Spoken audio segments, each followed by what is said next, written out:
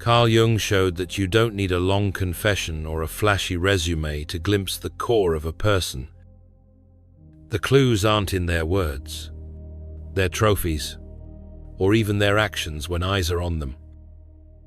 They hide in two subtle, universal patterns that slip past the loudest show and reveal who someone really is beneath the mask. And most people tip their hand without realizing it.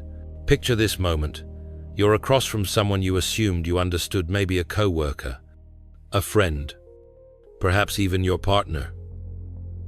They feel genuine, reliable, well put together, and yet a faint misalignment keeps tugging at the edge of your perception. It's not a dramatic red flag, just a whisper that there's more beneath the surface. Jung spent decades naming what he called the persona, the polished image we project to protect the softer, messier parts of ourselves, but he also showed that, no matter how carefully we curate, two specific psychological tells always manage to slip through, and once you learn to spot them, you'll never be fooled by a glossy filter again. These aren't exotic laboratory experiments. They're everyday observations, quiet, accessible, and powerful. By the end of this journey, you'll be able to read people with the fluency of a well-thumbed open book, and you'll begin to understand yourself with a depth you hadn't imagined. But here's the unsettling part about Jung's discovery. These two tells don't just reveal other people's character, they force you to confront your own hidden nature back in the mirror. Jung wrote, "The most terrifying thing is to accept oneself completely. And these two windows of the psyche will lay bare parts of you you've learned to dodge or deny." Most people move through life assuming you can judge character by surface behavior, confidence, kindness, success, charisma. Yet Jung knew those are all strands of the performance layer, the careful image you present to the world. The real person lives beneath this veneer, and no matter how skilled someone becomes at managing their image, two patterns will always leak through. What makes this so durable is that these patterns operate outside conscious control. They are reliable because they arise from the unconscious, the part of us that we don't fully master. Jung's claim is stark. True character shows up not in what someone chooses to show you, but in what they can't help revealing when they're off guard, or under pressure, or facing a threat to their ego. The first reveal I call shadow mapping. It's discovering someone's true nature by watching what they judge most harshly in others.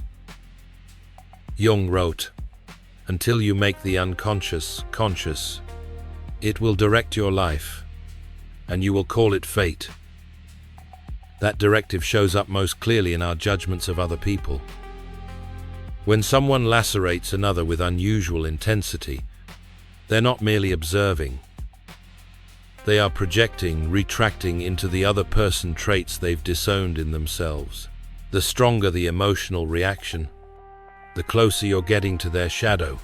Let me show you how this looks in a real moment. Meet David, a successful architect who prizes integrity. In every office meeting, he rails against Marcus, calling him fake and manipulative.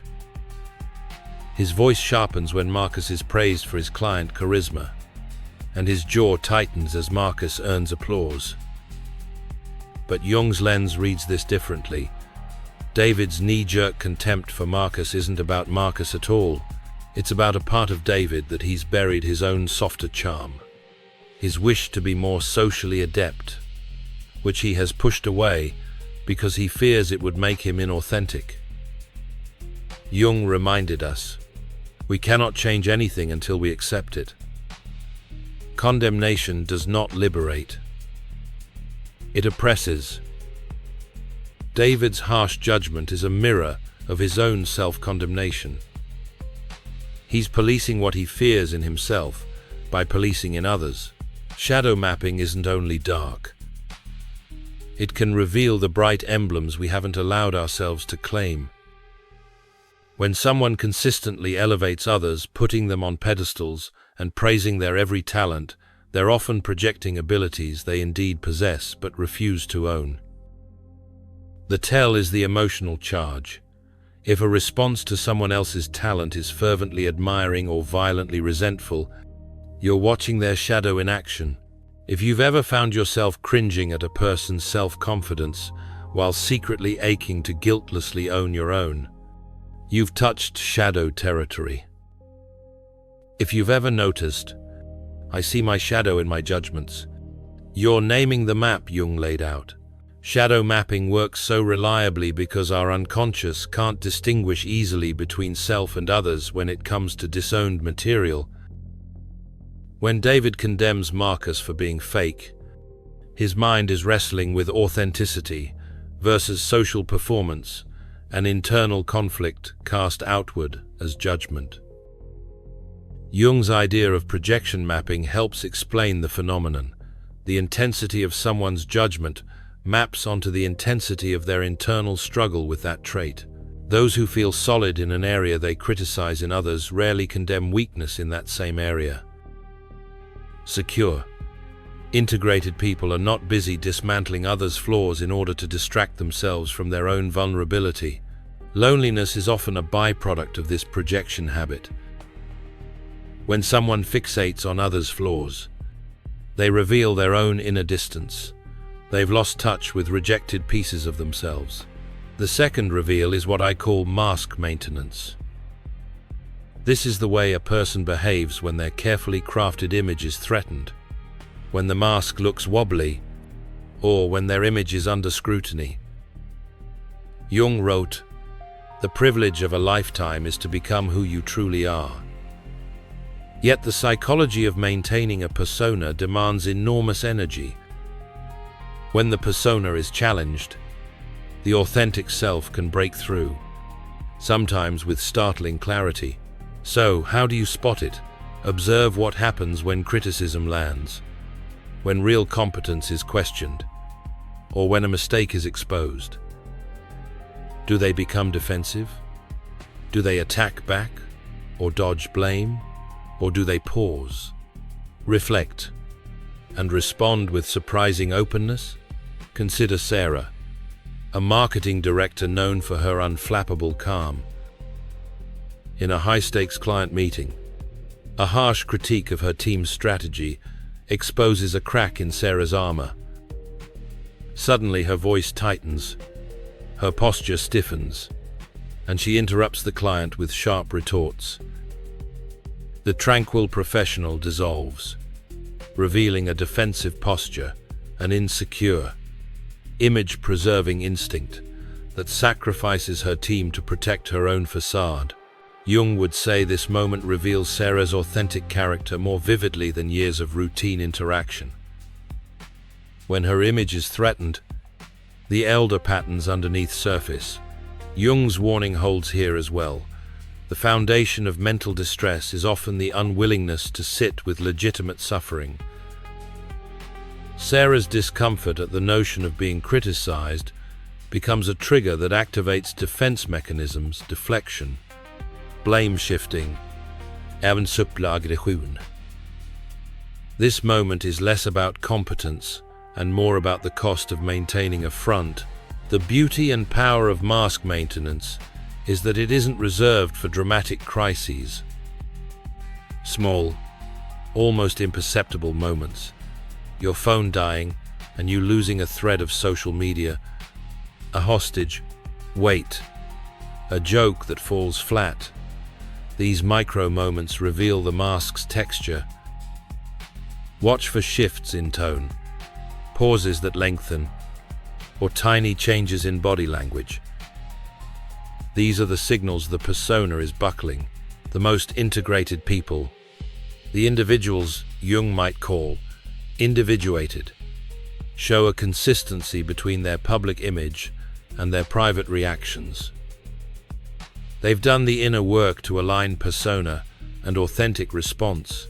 Now that you understand Jung's two primary character reveals, Let's examine the psychological scaffolding that makes them so persistently reliable. Jung spent much of his career mapping what he called the architecture of the psyche, the way the mind organizes reality to protect the ego while remaining functional in the world. He framed it this way: the meeting of two personalities is like the contact of two chemical substances. If there is any reaction, both are transformed. Before transformation occurs, you must understand the chemical composition of each personality, what lies under the surface. Your authentic self beneath the social performance. Shadow projection is so compelling because the unconscious mind doesn't clearly separate self from other when facing rejected material. When David criticizes Marcus as fake, the unconscious is struggling with authenticity versus performative self, and it manifests as a projection. Jung described this interplay as projection mapping the internal conflicts cast onto others to make them visible and workable. The sharper the judgment, the louder the internal struggle. A lonelier person tends to project more. Someone who is truly secure in a domain seldom feels the need to attack others in that area. If a person cannot tolerate others' ambitions, it's often because their own ambition is blocked or inhibited in some way. The mask maintenance pattern works because maintaining a false self requires constant psychic energy. When the persona is under threat, primitive defenses activate, and you see the raw, unguarded edges of someone's character. Do they lash out? Do they withdraw? Do they deflect? Or do they pause and respond with honesty? The careful reader will notice that how someone negotiates crisis exposes more truth than calm conversation ever could. Jung wrote, "The pendulum of the mind oscillates between sense and nonsense, not between right and wrong." You can witness the paradox of a person who is generous and cruel, competent and insecure, all at once, and still discern where their growth lies. If you've noticed someone's true character emerge under pressure, you're not alone. Stress acts as a truth teller. But remember, these patterns are not facts about someone's moral worth. They are signals about their internal dynamics and their capacity for growth. There's a third, higher-order pattern that emerges when you combine shadow mapping and mask maintenance. I call it the integration test. It's the moment you observe how someone handles their own shadow material when it is projected back at them. This is the ultimate barometer of character because it tests whether the person can grow, whether they can take feedback about their own unconscious material and use it for good rather than become defensive or punitive. Jung warned about the misuse of character insight. The same tools that illuminate can also be weaponized. They can become shadow hunting people using psychological knowledge to attack vulnerabilities rather than understand root causes. When analysis becomes superiority, manipulation, or moral judgment masquerading as insight, you've crossed into danger. The antidote is ethical relationship to the unconscious. Use insight to cultivate love, understanding, and growth, not power, control, or superiority. The mirror effect is the most profound part of Jung's framework. The moment you realize every person you analyze is reflecting part of your own psyche back to you, the entire enterprise shifts from accusation to inner work. The mirror effect operates on several levels. First, the triggers you have, the judgments you feel most intensely about others, are pointers to your own shadow material. If arrogance in others irks you, examine your relationship with confidence and humility. If you're drained by neediness in others, you may be wrestling with your own needs and how you express them. Second, the traits you admire in others often point to your own undeveloped potential. Positive projection is real. You see in another what you have not yet claimed for yourself. If you pedestalize creativity or leadership in someone else, you might be recognizing capabilities you could claim but haven't yet owned.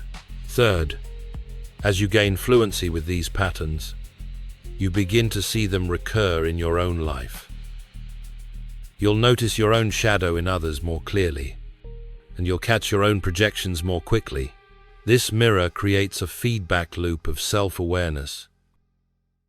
Every conversation becomes a classroom. Every judgment becomes a doorway into your inner world. I have seen this play out in my own life. I once worked with a colleague whose constant need for validation irritated me. I labeled them insecure, attention-seeking. Jung's framework forced me to ask why their behavior bothered me so much. The uncomfortable truth was that I harbored a relationship with validation I wasn't admitting.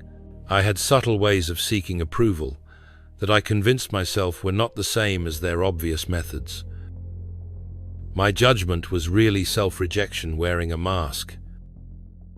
Jung instructs us with, "We are not what happened to us. We are what we wish to become." The mirror revealed not just their traits, but a path for my own growth.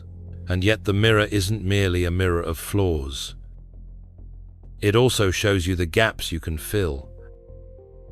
The patterns you recognize in others become a map of what you could become if you commit to the work. Jung believed in individual differences and temperaments, but the principle remains. Understanding another's psyche expands your own possibilities. Recognizing these patterns also explains why some people feel familiar at first glance. Jung called this recognition of the archetypal the sense that beneath the surface, a universal pattern resonates with your own inner architecture. As you practice this discernment, you begin to embody what Jung called the conscious individual, someone who sees clearly without judgment, understands deeply without manipulation, and connects authentically without losing themselves. Conscious individuality has several telltale marks. You see shadow projections with compassion, not contempt. You understand that others' judgments come from their struggles, not their moral failure. You respond to the pain beneath the projection rather than reacting to the projection itself. You notice persona breakdowns without taking them personally. When pressure lands, you recognize the protective mechanism at work rather than the person's authentic intention. You can hold paradox. People can be kind and cruel, strong and vulnerable, authentic and defended, sometimes all at once. You use character insight to build connection rather than distance. Perhaps most importantly, you apply the same compassionate analysis to yourself. Jung said, "The first half of life is devoted to forming a healthy ego. The second half is going inward and letting go of it." When you can see your own shadow projections and persona defenses as information rather than indictments, your relationship to the world changes. Conflicts become opportunities for understanding. Difficult people become teachers. Your own reactions become data about your inner terrain. But there is a price to pay for such consciousness. Jung warned that the price of seeing too clearly can be loneliness. Loneliness does not come from having no people about one, but from being unable to communicate the things that seem important to oneself. When you begin to see the patterns clearly, you may feel isolated from those still operating unconsciously. This loneliness is not permanent. It's part of the individuation journey, the move from unconscious belonging to conscious connection. Old modes of relating shared judgments, mutual projections, social personas will no longer satisfy you. Yet deeper, truer connections become possible when you can recognize and accept both your own and others' psychological complexity. If you're ready to step into this practice, here are a few guardrails to guide your exploration. First, hold compassion as your central stance. The aim isn't to win a truth about someone, but to understand the underlying dynamics so you can respond with care. Second, remember the warning Jung offered. The healthy mind does not torture others. Character reading can become cruel if used to dominate or degrade. If you find yourself feeling superior, manipulating, or relentlessly judging, pause and recenter on curiosity and empathy. Third, keep your own shadow in view. The mirror is a two-way street, as you notice in others. Ask what in you is being reflected back. Only then does the insight mature into growth. A practical way to begin is to cultivate a shadow journal. When someone irritates you, write down exactly what bothers you about them. Then ask yourself where that trait exists in you, and what you fear about that quality. Do not judge yourself for what you find. Use Jung's maxim as your compass. The acceptance of oneself is the essence of the whole moral problem, and try the integration exercise on yourself. When feedback triggers defensiveness, pause before responding. Ask, what if there's truth in this? What might I learn about myself? The goal isn't to erase your shadow, but to bring it into conscious collaboration with your growth. If you're ready to begin, say to yourself, I choose conscious self-discovery. Before we go deeper, a final caveat. Jung warned about the shadow side of character analysis. The ability to read others can become a form of psychological torture if misused. I've seen people turn into shadow hunters using insight to attack vulnerabilities rather than to illuminate them. You'll want to beware any signs that you're slipping into superiority, manipulation, or unproductive judgment.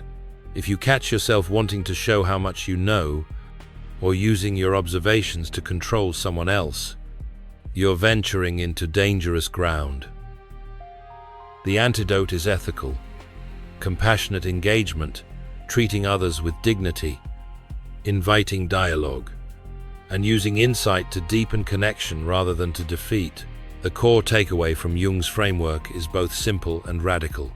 The better you understand the patterns behind people's words and masks, the more compassionate you can be. You're not gathering ammunition to prove someone wrong.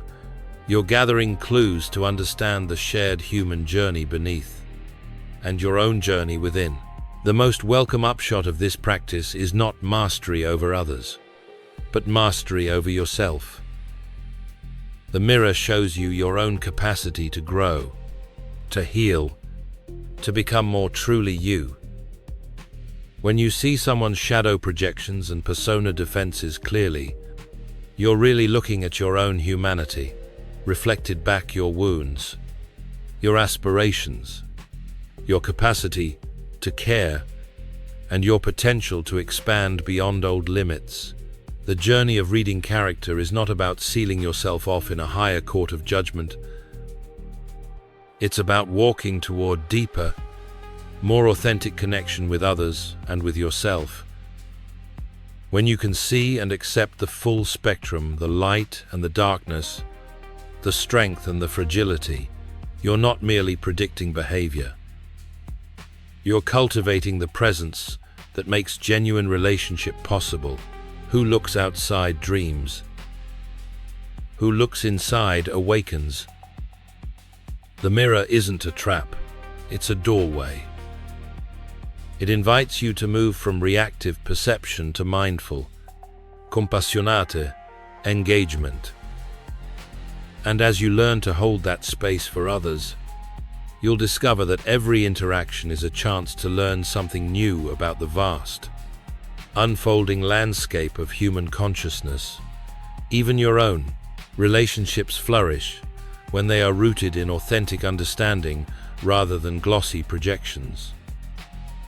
Jung emphasized that true closeness isn't born from flawless ideas about another person, but from engaging with who they are in the moment, their contradictions, vulnerabilities, and evolving depths.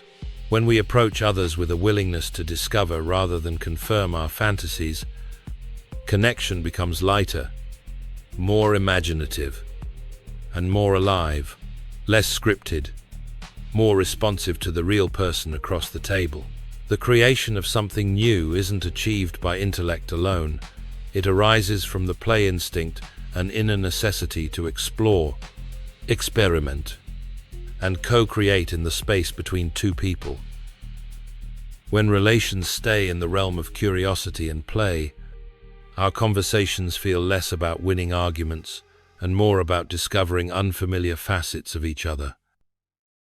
This shift isn't merely pleasant, it's transformative. The aim isn't to become a master analyst of human nature, but to become more fully human ourselves. Jung taught that man's task is to become conscious of the contents that press upward from the unconscious.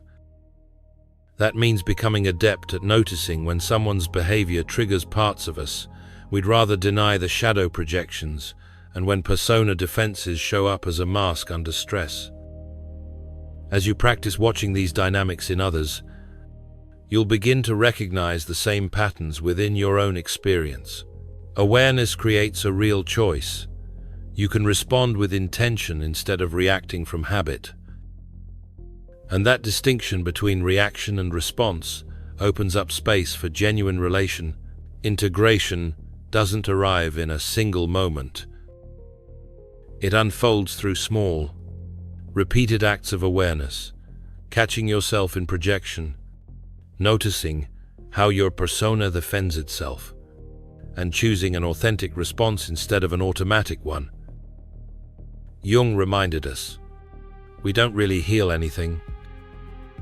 We simply let it go.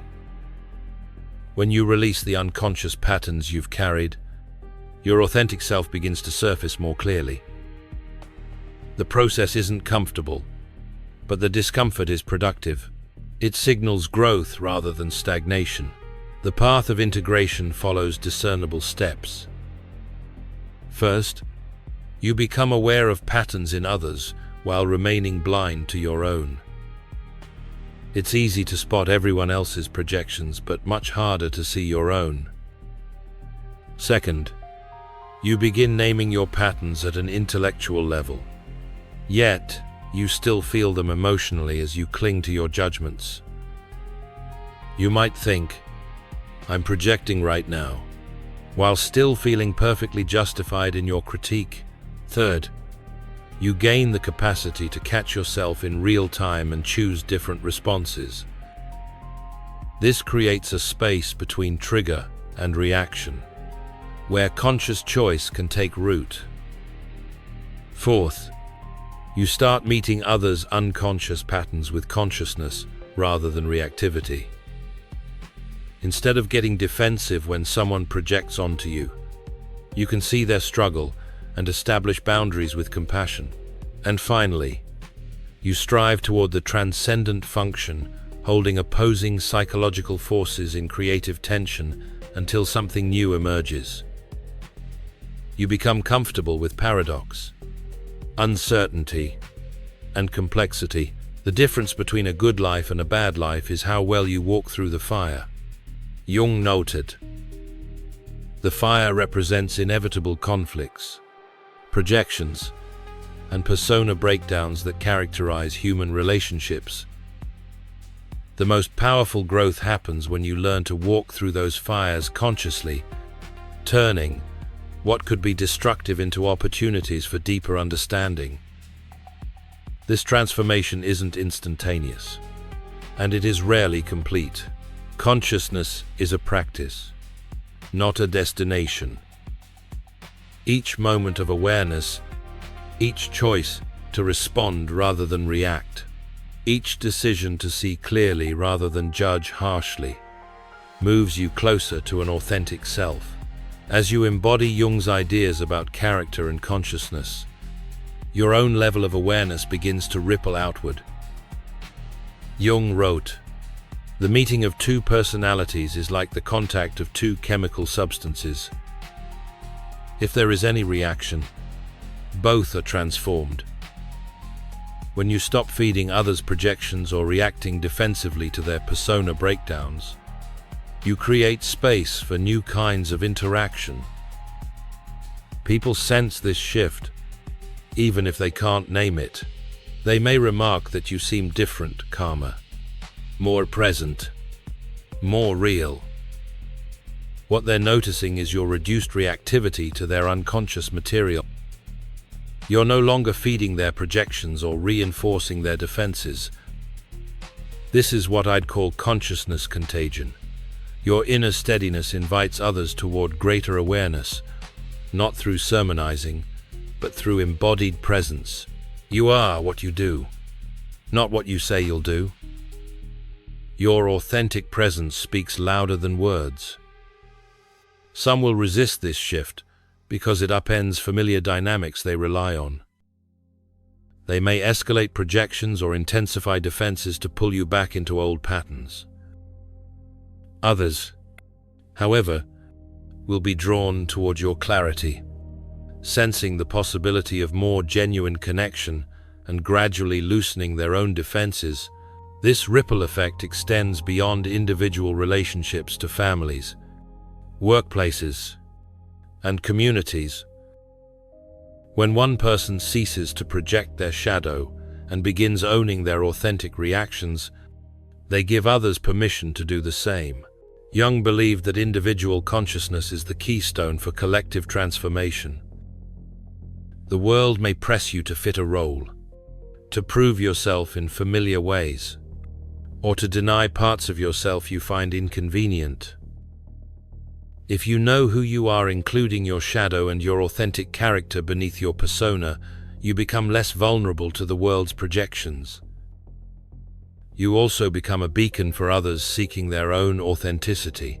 Facing your shadow gives others the courage to face theirs. Dropping your masks creates safety for others to risk authenticity. This is the deeper aim of character assessment, not to judge or manipulate, but to understand human psychological patterns so clearly that you can respond consciously rather than react unconsciously. Jung's enduring message wasn't a prescription of techniques, but an invitation to consciousness.